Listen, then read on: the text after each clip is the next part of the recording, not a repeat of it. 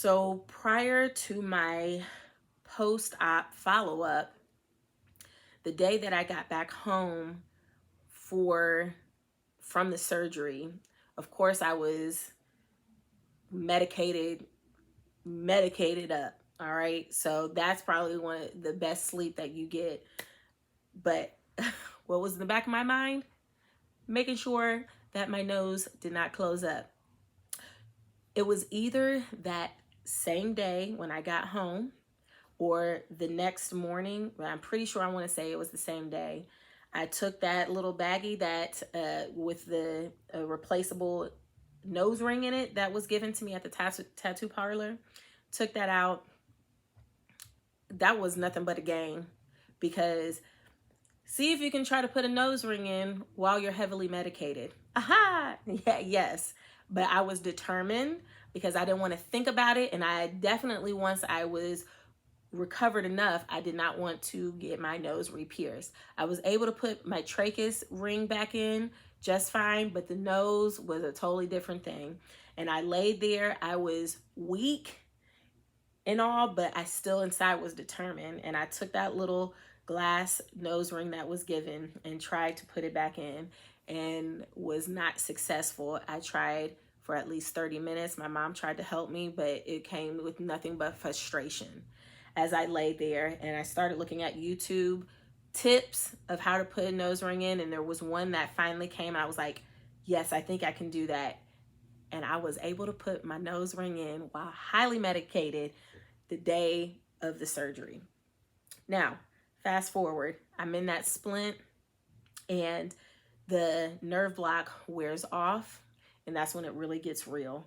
And I could feel the pain enough that it made me cry. And I would say that I'm a pretty strong person and have given birth naturally to both my kids.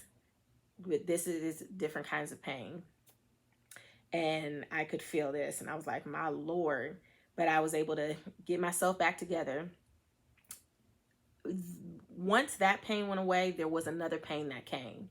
And it was like a searing, stabbing pain in my shin. I'm like, Lord, what is this? So I immediately called the doctor and they scheduled me to come back in. I was like, I feel like there's something in the splint that may have been left there. Lord knows, who knows, but that's what it felt like. So they're like, we're going to come back in and we're going to redo the splint. When I went to see, this is not even the post-op follow-up. I went to go see the doctor and they redid the splint. He did x-rays just to make sure that it was still good. And they resplinted it. I came back home and after that, I felt a lot more comfortable. Still in the same spot to be able to lay down, prop my leg up. When the pain subsided and my leg was comfortable enough in the splint is when I was able to start making my way up into my bedroom, which was a task in itself because obviously I can't get up the steps.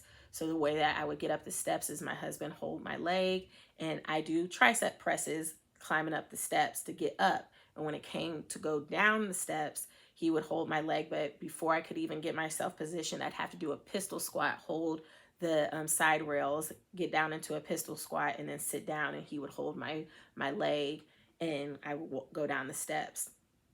But by the time I figured out how to maneuver myself with this new cast and I wasn't in too much pain, I was able to get up the steps, utilize the shower, all of those things, and actually get into my bed. That was about 3 or so odd weeks post-surgery. And then it came time for the actual post-op follow-up. So when I get to the doctor's and he takes off the splint and x-rays it, he's like, Crystal, the x-rays look good, it's healing. And so then he goes to maneuver my foot, by like kind of pressing it forward. And so of course, anybody who's been cut on, you're going to be very apprehensive. So I was, I'm afraid to have him even move it. And this was the integral part that hit me hard and totally changed the way that I viewed things moving forward in my healing process. As he was moving my foot, he looks me dead in my eyes and he says, "Crystal, you know you're healed." And at that point, I knew that was the Lord speaking through him, telling me, "Crystal, we've gotten this far. You are healed. Now you got to trust me in following through with everything else that you've got to do to get yourself back up on your feet and being able to walk. You're going to have to do the strengthening part. All of those other steps you're going to have to do." But when he told me that I was healed, my mind clicked just like that. And although I cannot remember the total recovery, everything I went through when I was a student athlete and going through surgery and the recovery, I can't remember all of that. I do remember them telling me, "Crystal, you're healed. You can lift up, do a toe raise." But I didn't want to think it. I didn't want to believe it because it felt like my foot was going to fall off, even though it was already repaired. But now I'm in a new place in my life and I'm grasping things totally different. So when he looked me in my eyes and told me that I was healed, I was hearing nothing but the Lord tell me that. And it took me back to that car ride to the emergency room when I was having that intimate prayer with him and rubbing my leg up and down, asking the Lord to heal me from top to bottom.